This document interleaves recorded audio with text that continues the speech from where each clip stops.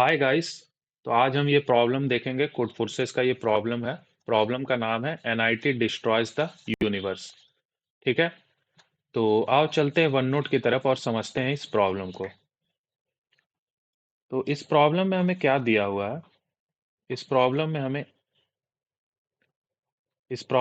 N integers दिया हुआ है। ठीक है। यानी कि A1, A2, A3 so on up to करते हुए An, ये हमारे पास एन इंटीजर्स अवेलेबल है।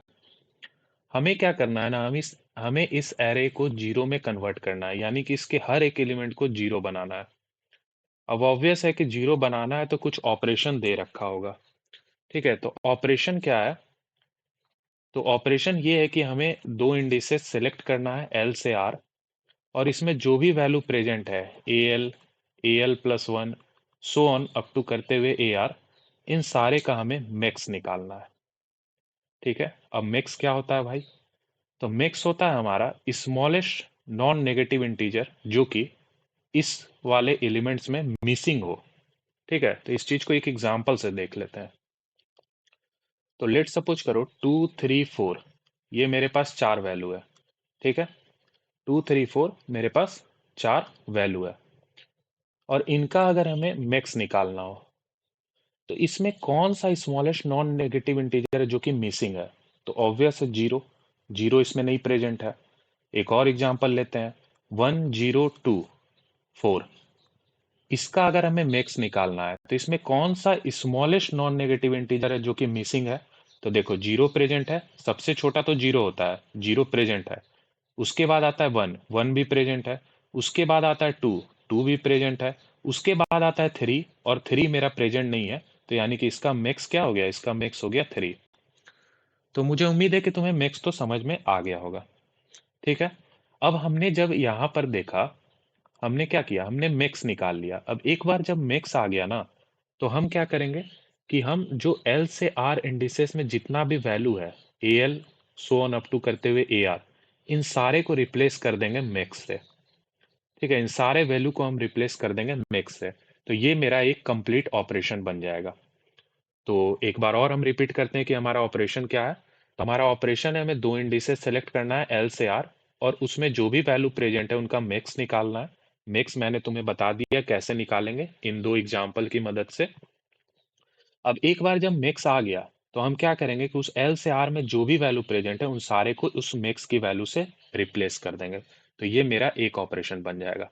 ठीक है। तो ये तो हमें समझ में आ गया है। तो हमें बताना है कि हमें मिनिमम कितना ऑपरेशन लगेगा ताकि हम उस एरे को, जो मेरा एरे गिवन है हमें, इसको जीरो में हम कन्वर्ट कर दें। मिनिमम ऑपरेशन कितना लगेगा, ये हमें एज एन आउटपुट देना है। ठीक है। तो मुझे उम्मीद है कि तुम्हें प्रॉब्लम का स्टेटमेंट तो समझ में आ गया होगा, और अगर नहीं आया तो अब हम दो एग्जाम्पल लेंगे और उसकी मदद से तुम्हारा ये प्रॉब्लम का स्टेटमेंट काफ़ी अच्छी तरीके से क्लियर हो जाएगा। ठीक है। तो सबसे पहला एग्जाम्पल लेते हैं। लेट सपोज करो मेरे पास जो एरे का एलिमेंट है वो है 0, 1, 2, 3, 4, और हमें क्या करना है, हमें इस एरे को जीरो में कन्वर्ट करना है और बताना है कि मिनिमम कितना ऑपरेशन लगेगा। तो देखो हम क्या करेंगे ना, हम एल इसको सेलेक्ट कर लेंगे और आर हम इसको सेलेक्ट कर लेंगे। तो यानी कि इस सब एरे में हम ऑपरेशन लगाएंगे अपना। तो अब जब पहला स्टेप क्या था कि हमें एल आर सेलेक्ट करना था, वो हमने कर लिया।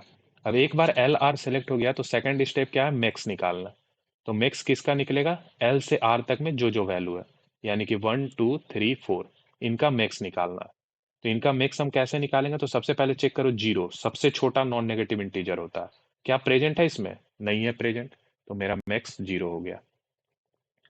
अब एक बार जब मैक्स आ गया तो हम क्या करेंगे, इस पूरे एरे को रिप्लेस कर देंगे मैक्स की वैल्यू से। तो ये किस में कन्वर्ट हो जाएगा? ये कन्वर्ट हो गया जीरो में। तो हमने क्या बोला था कि हमें एरे को जीरो में कन्वर्ट करना है, तो ये फाइनली जीरो में कन्वर्ट हो गया। और मेरा कितना ऑपरेशन लगा? तो एक ऑपरेशन लगा जिसमें हमने एल से आर ये इंडिसेस सेलेक्ट किया। तो हमारा आउटपुट इसका क्या हो जाएगा? आउटपुट हमारा हो जाएगा वन। तो ये एक एग्जाम्पल था, इससे तुमको काफी अच्छा अंडरस्टैंडिंग हो गया होगा प्रॉब्लम के स्टेटमेंट का। ठीक है। तो अब मूव करते हैं इसके लॉजिक वाले पार्ट पे कि इसे हम सॉल्व कैसे करेंगे। एक बार जब हमारा प्रॉब्लम का स्टेटमेंट इनपुट आउटपुट क्लियर हो जाता है तो नेक्स्ट पार्ट होता है हमारा लॉजिक वाला पार्ट, कि हम इसे सॉल्व कैसे करेंगे। तो देखो, इसे सॉल्व करने के लिए हम दो केसेस बना लेते हैं, ठीक है। पहला केस कि मेरा जो एरे का एलिमेंट है उसमें जीरो प्रेजेंट ही नहीं है, ठीक है। तो अगर जीरो नहीं प्रेजेंट है तो लेट सपोज करो ये 5 वैल्यू है, ठीक है, और जीरो नहीं प्रेजेंट है, यानी कि वैल्यू जो भी प्रेजेंट है वो ग्रेटर देन इक्वल टू 1 है। तो लेट सपोज करो एक रैंडम एग्जांपल हम ले लेते हैं, ये मेरा वैल्यू प्रेजेंट है। तो इसको अगर हमें, इस एरे को अगर हमें जीरो में कन्वर्ट करना हो तो हम क्या करेंगे? तो हम क्या करेंगे ना कि हम इस पूरे एरे पे ऑपरेशन लगा देंगे, यानी कि मेरा एल ये हो जाएगा और ये मेरा आर हो जाएगा, ठीक है। और इसका अगर मिक्स निकालेंगे तो क्योंकि इस एरे में जीरो प्रेजेंट ही नहीं है, तो ऑब्वियस है कि इस एरे का मिक्स क्या आएगा? जीरो आएगा, ठीक है ना। क्योंकि ये इस एरे में जीरो प्रेजेंट ही नहीं है, क्योंकि हमारा पहला केस ही वही है कि मेरा जो भी एरे का एलिमेंट है उसमें जीरो नहीं होगा। तो जीरो नहीं है तो मैक्स मेरा क्या होगा? Smallest missing non negative integer zero होगा, ठीक है। इतना तो हमें समझ में आ गया कि इसका मैक्स जीरो होगा। अब एक बार जब पता चल गया मैक्स जीरो होगा तो हर एक एलिमेंट को अब हम जीरो से रिप्लेस कर देंगे।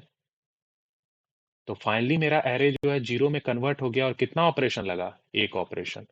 तो इसका आउटपुट क्या हो जाएगा? एक, ठीक है। तो ये तुम समझ सकते हो कि अगर मेरा एरे में एक भी जीरो नहीं प्रेजेंट है तो हम हमेशा एक ऑपरेशन में अपना काम कर लेंगे, और वही मेरा मिनिमम होगा। क्योंकि जीरो प्रेजेंट नहीं रहेगा तो मैक्स हमेशा मेरा जीरो आ जाएगा। तो हम पूरे एरे को कंसीडर कर लेंगे और उसी पे ऑपरेशन लगा देंगे। तो ये केस तो काफी आसान है, ये तो सबको समझ में आ ही गया होगा। अब आता है सेकंड केस, जो कि थोड़ा ट्रिकी है, ठीक है। तो सेकंड केस क्या है कि इसमें मेरा जीरो प्रेजेंट है, ठीक है। तो लेट सपोज करो कि इसमें मेरा जीरो प्रेजेंट है और जीरो यहाँ प्रेजेंट है और यहाँ प्रेजेंट है, ठीक है। और इस केस को हमें सॉल्व करना है, ठीक है। और इधर कुछ भी वैल्यू ले लो, 8 9 2 3 5 6, ठीक है, रैंडम वैल्यू हमने ले लिया। तो अब इस केस को हम कैसे सॉल्व करेंगे? तो जरा देखना कि जीरो कहाँ कहाँ आया है हमारा। जीरो यहाँ है, यहाँ है, ठीक है। तो अगर इस जीरो के इधर अगर हम इस पे अगर एक ऑपरेशन लगा दें, ठीक है, तो इस पे अगर एक ऑपरेशन लगाएंगे तो इसका मैक्स क्या आएगा? इसका मैक्स आएगा जीरो, क्योंकि जीरो इसमें प्रेजेंट है नहीं। तो मैक्स अगर मेरा जीरो आया तो हम एट द एंड क्या करेंगे? इसको जीरो से रिप्लेस भी कर देंगे। तो यानी कि एक ऑपरेशन लगेगा और हम 8 9 को जीरो जीरो में कन्वर्ट कर देंगे। तो एक ऑपरेशन मेरा अभी तक लगा, ठीक है। प्लस अब देखो अगेन ये वाला पार्ट में क्या है ना, इस वाले पार्ट में एक भी जीरो प्रेजेंट नहीं है। तो अगेन हम अगर इसका मैक्स निकालेंगे तो मैक्स मेरा क्या आएगा? जीरो ही आएगा, ठीक है। तो अगेन जो है हम इस वैल्यू को किससे रिप्लेस कर देंगे? जीरो जीरो से। तो अगेन मेरा एक ऑपरेशन लगा 2 3 को जीरो जीरो बनाने में। अब अगेन देखो यहाँ पर 5 6, इस पे हम एक ऑपरेशन लगा देंगे, ये मेरा एल हो जाएगा, ये मेरा आर हो जाएगा। और हम मैक्स निकालेंगे तो मैक्स 5 6 का क्या आएगा? जीरो। अब एक बार मैक्स जीरो आ गया तो उस वैल्यू को भी जीरो से रिप्लेस करना है। तो इसको भी जीरो कर दिए, इसको भी जीरो कर दिए, और यहाँ भी कितना ऑपरेशन लगा? एक ऑपरेशन। तो यानी कि टोटल हमें 3 ऑपरेशन लगा, और हमने इस पूरे के पूरे एरे को जीरो में कन्वर्ट कर दिया। अब तुम बोलोगे कि ये हमने कैसे सोचा? तो ये सिंपल है। देखो यहाँ 8 9 है, हमने क्या किया कि जीरो और जीरो पे ब्रेक कर दिया प्रॉब्लम को। इस जीरो के इधर लेफ्ट हैंड साइड ये बन गया, और जीरो के बीच में जो भी वैल्यू होगा वो मेरा ग्रेटर देन इक्वल टू 1 होगा। तो अगर मेरा value greater than equal to 1 है तो ऑब्वियस है कि उसका मैक्स क्या होगा? जीरो होगा। इसी कारण हमने इस प्रॉब्लम को इस तरह से ब्रेक कर लिया कि जहां जहां जीरो है उसको एज अ पिलर की तरह देखो, ठीक है, उसको एज अ पिलर की तरह देखो। और उसके आजू बाजू में अगल बगल में जो भी वैल्यू है वो मेरा क्या है? वो मेरा ग्रेटर देन इक्वल टू 1 वाला वैल्यू है। तो उसका मैक्स तो आसानी से जीरो आ जाएगा। अब एक बार जीरो आ जाएगा तो हम रिप्लेस कर लेंगे। तो इस तरह से हमने ये चीजें सोचा, ठीक है। तो इस केस में हमें क्या पता चला कि यहाँ आउटपुट हमारा आ रहा है 3, ठीक है। तो ये दोनों केसेस जो मैंने तुम्हें बताया, एक तो जिसमें कि एक भी जीरो ना प्रेजेंट हो, वो तुम्हें समझ में आ गया होगा, और एक जिसमें कि कम से कम एक जीरो तो हो ही, ये भी तुम्हें समझ में आ गया होगा। अब देख लेते हैं कि इसे हम इम्प्लीमेंट कैसे करेंगे कोड में, ठीक है। तो इम्प्लीमेंटेशन भी काफी आसान होने वाला है, ठीक है। तो सेकंड वाला केस में जो हमने बताया ये वाला, इसकी मदद से हम अपना इम्प्लीमेंटेशन देखते हैं, ठीक है, तो ये जो भी हमने लिखा इसे हम एक बार यहाँ लिख लेते हैं। 8 9 0 2 3 0 5 और ये लास्ट वाला 6 है। ठीक है, तो ये मेरा क्या है, ये मेरा एरे का एलिमेंट है। ठीक है, अब मैं ऊपर क्या करूंगा, मैं ऊपर इंडेक्स लिखूंगा एरे का। कैसे, तो यहाँ मेरा जीरोथ इंडेक्स रहेगा, यहाँ वन रहेगा। यानी कि जो हम एरे का इनपुट लेंगे वो वन इंडेक्स से स्टार्ट करेंगे लेना, और जीरोथ इंडेक्स वाले को खाली छोड़ेंगे। अब ऐसा क्यों कर रहे हैं ये तुम्हें अभी तुरंत समझ में आ जाएगा कि इससे फायदा क्या होगा हमारा। हम बेसिकली कोशिश कर रहे हैं अपने इम्प्लीमेंटेशन को आसान बनाने का। ठीक है, सॉल्यूशन तो तुम्हें बहुत सारा मिल जाएगा, लेकिन कोड को क्लीन लिखना बहुत जरूरी होता है, ताकि आगे वाले को देखने में अच्छा लगे। ठीक है, तो 0 1 2 3 4 5 6 7 8 ये मेरा इंडेक्स हो गया। और ये जो जीरोथ इंडेक्स वाला रहेगा ना, यहाँ हम जीरो डाल देंगे। ठीक है, यहाँ हम जीरो डाल देंगे। अब हमें पता है कि इसका आउटपुट हमारा क्या आ रहा था, इसका जो भी ऑपरेशन आ रहा था वो मेरा थ्री आ रहा था। ठीक है, ये ऑपरेशन नाम का एक मैंने वेरिएबल बनाया है और उसको मैंने थ्री से इनिशियलाइज किया। ठीक है, तो मेरा जो भी ऑपरेशन आ रहा था वो यहाँ थ्री आ रहा था। तो ये कैसे आ रहा था, तो हमने क्या देखा था, अभी ऊपर जब हमने लॉजिक देखा तो हमने देखा कि 8 9 एक साथ क्लब हुआ था, 2 3 एक साथ क्लब हुआ था, 5 6 एक साथ क्लब हुआ था। इन्हीं तीनों में मेरा तीन ऑपरेशन लगा था। ठीक है, तो अब तीन काउंट आ कैसे रहा है, तो देखो, ये जो वैल्यू है मेरा 8, वो वैल्यू है ग्रेटर देन जीरो। ठीक है, और इसके जस्ट पीछे एक वैल्यू प्रेजेंट है जो कि जीरो है। ठीक है, तो जब भी तुम्हें ऐसा केस मिले कि जीरो है वैल्यू पहला, और उसके जस्ट बाद ग्रेटर देन जीरो है वैल्यू, तो यहां पर हमारा ऑपरेशन एक से इंक्रीमेंट हो जाएगा। ठीक है, यानी कि ऑपरेशन जो कि इनिशियली जीरो था अब कन्वर्ट हो जाएगा वन में। ठीक है, तो ये देखो यहाँ पे ये केस मिला, तो इससे मेरा ऑपरेशन वन हो गया। अगेन कहाँ केस मिल रहा है, तो अगेन यहाँ मिलेगा। देखो ये टू मेरा ग्रेटर देन जीरो है, और इसके जस्ट पीछे जो वैल्यू है वो जीरो है, तो अगेन मेरा ऑपरेशन इंक्रीमेंट होके टू हो जाएगा। अगेन तुम यहाँ चेक करो, फाइव के पास ये वैल्यू ग्रेटर देन जीरो है, और इसके जस्ट पीछे मेरा जीरो है, तो अगेन मेरा इंक्रीमेंट होके थ्री हो जाएगा। इसके अलावा तुम कहीं भी चेक करोगे तो ये सिचुएशन नहीं मिलेगा, ये वाला केस हमें नहीं मिलेगा, तो मेरा ऑपरेशन थ्री ही आएगा। अब तुम चेक भी कर सकते हो, अगर इस वैल्यू को ले तो ये तो ग्रेटर देन जीरो ही नहीं है, इस वैल्यू को ले तो ये ग्रेटर देन जीरो तो है, लेकिन इसके पीछे जीरो नहीं है, तो इसी कारण यहाँ हमारा ऑपरेशन नहीं बढ़ा था। ठीक है, तो ये मेरा इम्प्लीमेंटेशन का तरीका रहेगा। अब लोग अपने अपने तरीके से कर सकते हैं इम्प्लीमेंट, लेकिन ये सबसे आसान तरीका है। ठीक है, तो मैंने मुझे जस्ट अब यही चेक करना है कि अगर ये वैल्यू ग्रेटर देन जीरो है तो इसके पीछे अगर जीरो है तो हम ऑपरेशन को बढ़ा लेंगे। तो ये मेरा इम्प्लीमेंटेशन का तरीका रहेगा। अब देखो, अब जो ये मैंने तुम्हें बताया कि हमें इंडेक्स जीरो पर जीरो वैल्यू रखना है, इससे क्या फायदा होगा, तो इससे मेरा ये फायदा होगा ना कि जो मेरा पहला केस था जिसमें कि मेरा वैल्यू क्या था, ग्रेटर देन जीरो था। ठीक है, तो ये मेरा एरे का वैल्यू है जो कि ग्रेटर देन जीरो है, और ऊपर मेरा इंडेक्स था। तो ये मेरा क्या रहेगा, ये मेरा वन इंडेक्स रहेगा, टू थ्री फोर, और ये मेरा जीरो इंडेक्स रहेगा, और यहाँ पे वैल्यू जीरो रहेगा। तो मेरा जो ये पहला वाला केस था जो अभी हमने लॉजिक में डिस्कस किया, जिसमें मेरा जीरो एक भी नहीं प्रेजेंट था, तो ये देखो ये सारा वैल्यू में एक भी जीरो नहीं है, और इसका हमारा आउटपुट क्या आ रहा था, तो इसका हमारा आउटपुट आ रहा था वन। ऑपरेशन मेरा कितना लग रहा था, वन लग रहा था। तो ये जीरो लगाने से मेरा क्या फायदा हुआ कि हमें इन केसेस को भी अलग से हैंडल नहीं करना है। हम इसी वाले केस में हम एक कोड लिखेंगे और मेरा दोनों जो केसेस था ना वो दोनों कवर हो जाएगा। कैसे, तो तुम देखो, ये वाला वैल्यू क्या है, ये वाला वैल्यू है मेरा ग्रेटर देन जीरो, और इसके जस्ट पीछे एक जीरो प्रेजेंट है। ये जीरो को रखने का हमारा यही मकसद था कि मेरा इम्प्लीमेंटेशन आसान हो जाए। अब इसके जस्ट पीछे एक जीरो मिल गया तो मेरा ऑपरेशन जो कि इनिशियली जीरो था इंक्रीमेंट होके वन हो गया। ठीक है, तो ये इम्प्लीमेंटेशन के लिए हमने ऐसा किया। तो यहाँ तक जो है तुम्हें चीजें समझ में आ गई होंगी। ठीक है, अब हमारा जो लास्ट केस है वो क्या है समझने का, कि जो हमारा ये वाला केस था, ठीक है, ये वाला जो हमारा केस था जिसमें जीरो प्रेजेंट था, इसमें मेरा आउटपुट क्या आ रहा था, इसमें मेरा आउटपुट आ रहा था थ्री। तो मेरा सवाल तुमसे ये है कि क्या ये जो थ्री आया है ये मिनिमम है, या फिर हम इससे भी कुछ मिनिमम निकाल सकते हैं। तो इसका आंसर होगा कि मेरा थ्री जो है वो मिनिमम नहीं है, इससे भी छोटा आंसर एग्जिस्ट कर रहा है। कैसे, तो एक बार और वो एग्जाम्पल को हम लिखते हैं यहाँ। ठीक है, 8 9 0 2 3 0 5 6। तो देखो मैं तुम्हें बोल रहा हूँ कि तुम ऐसा करो कि तुम एल को यहाँ रखो, और आर को यहां रखो, यानी कि तुम इस पूरे एरे पे अपना ऑपरेशन लगाओ। ठीक है, तो इस पूरे एरे पे अगर हम ऑपरेशन लगाएंगे तो इसका मैक्स जरा निकालना, मैक्स क्या आएगा। तो देखो 0 मेरा प्रेजेंट है, 1 मेरा प्रेजेंट है नहीं है प्रेजेंट, तो इसका मैक्स हो जाएगा 1। अब एक बार मैक्स अगर 1 हो गया तो हर एक वैल्यू किससे रिप्लेस हो जाएगा, 1 से। ठीक है, तो हर एक वैल्यू को हमने 1 से रिप्लेस कर दिया। ठीक है, तो यहां तक में कितना ऑपरेशन लगा, यहां तक में ऑपरेशन लगा एक। अब अगेन हम बोलेंगे तुम्हें कि अगेन तुम एल और आर को यहीं पे फिक्स करो। ठीक है, यहां देखो, अगेन तुम एल और आर को यहीं पे फिक्स कर लो, और एक बार और जो है तुम इसी पे ऑपरेशन लगा दो। अब क्या होगा, अब ये हर एक वैल्यू 1 में चेंज है, तो अब जरा इसका मैक्स निकालना क्या आएगा।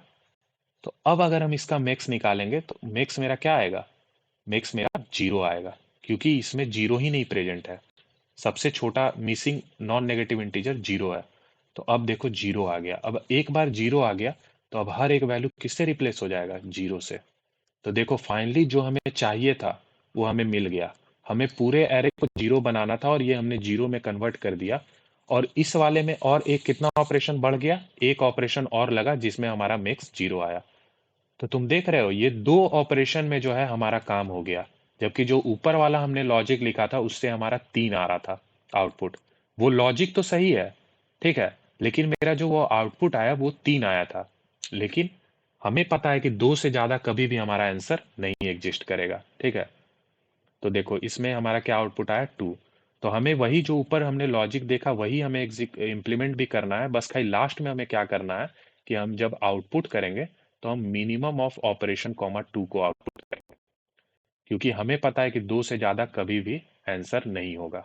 ठीक है, तो इसी कारण हमने ये आउटपुट कर दिया। तो मुझे उम्मीद है कि तुम्हें पूरा का पूरा एक्सप्लेनेशन समझ में आया होगा। तो अब जैसा हमने बताया है उसी तरीके से हम कोड भी कर देते हैं इसे तुरंत। ठीक है, तो सबसे पहले जो है हम एन एज एन इनपुट ले लेंगे। ठीक है, उसके बाद हम क्या करेंगे, उसके बाद हम अपना एरे, एरे का इनपुट ले लेंगे। ठीक है, तो ये हमारा एरे का हो गया इनपुट। अब ये देखो ये हमने वन बेस्ट में लिया है सारा का सारा वैल्यू। ये मैंने तुम्हें बताया था वहाँ इम्प्लीमेंट के तरीके में कि हम वन बेस्ट लेंगे और जीरोथ इंडेक्स पे मेरा क्या वैल्यू रहेगा, 0। इसी कारण हमने सारे वैल्यू को इनिशियली 0 रख दिया। ठीक है, तो ये हो गया हमारा काम। अब हम क्या करेंगे, एक ऑपरेशन नाम का वेरिएबल बनाएंगे जो कि इनिशियली 0 रहेगा, और हम क्या करेंगे, हम 1 से चलना चालू कर देंगे। 1 से हम चलना चालू कर देंगे। और हम कैसे चेक कर रहे थे, तो जरा एक बार वन नोट पे चलते हैं। हम क्या कर रहे थे, हम ये कर रहे थे कि हम इस वैल्यू को चेक कर रहे थे। अगर ये वैल्यू मेरा ग्रेटर देन 0 है और इसके जस्ट पीछे अगर 0 प्रेजेंट है तो हम ऑपरेशन को बढ़ा रहे थे। तो वही चीज अब हम यहाँ लिख देंगे कि अगर मेरा करंट वैल्यू अगर मेरा ग्रेटर देन 0 है एंड इसके जस्ट पीछे जो वैल्यू है वो 0 है, तो मेरा ऑपरेशन इंक्रीमेंट हो जाएगा। और लास्ट में हम आउटपुट क्या दे रहे थे, मिनिमम ऑफ ऑपरेशन कॉमा 2, क्योंकि हमें पता है कि 2 से ज्यादा कभी भी आंसर होगा नहीं। ठीक है, यहाँ लास्ट में हम न्यू लाइन के लिए इंडेल लगा देंगे। ठीक है, तो मुझे उम्मीद है कि गाइस तुम्हें ये समझ में आया होगा। अब एक बार इसे रन कर लेते हैं।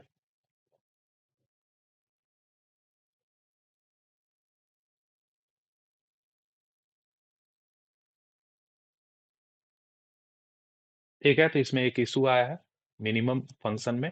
तो देखो क्या है, ये जो ओपी है ना, ओपी जो वेरिएबल हमने डिक्लेयर किया ये मेरा लॉन्ग लॉन्ग इंट है। क्यों, क्योंकि देखो यहाँ हमने हैशटैग डिफाइन यूज किया है और इसमें हमने इंट को ट्रीट किया है as a long long int.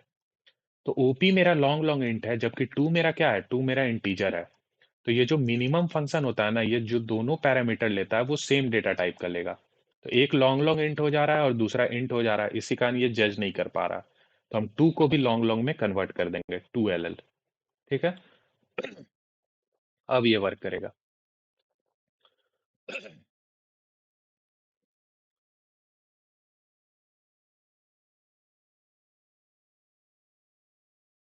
एक बार और इसे हम एग्जीक्यूट करते हैं।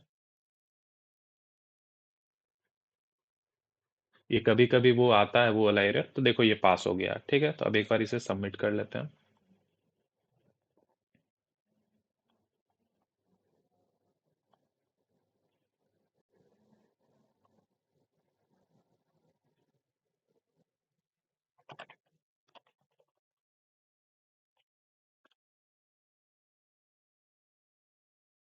तो ये हमने इसे सबमिट में लगाया है और ये एक्सेप्ट हो गया गाइस, तुम देख सकते हो। तो अब एक बार जल्दी से इसकी टाइम कॉम्प्लेक्सिटी और स्पेस कॉम्प्लेक्सिटी को चेक कर लेते हैं। तो यहाँ हमारा n का लूप लगा हुआ है और यहाँ अगेन हम n टाइम्स विजिट कर रहे हैं, तो वर्स्ट केस में मेरा time complexity big of n ही रहने वाला है। और स्पेस कॉम्प्लेक्सिटी का अगर बात करें तो ये हमने एक n साइज का वेक्टर डिक्लेयर कर रखा है, तो स्पेस कॉम्प्लेक्सिटी मेरा बिग ऑफ n है।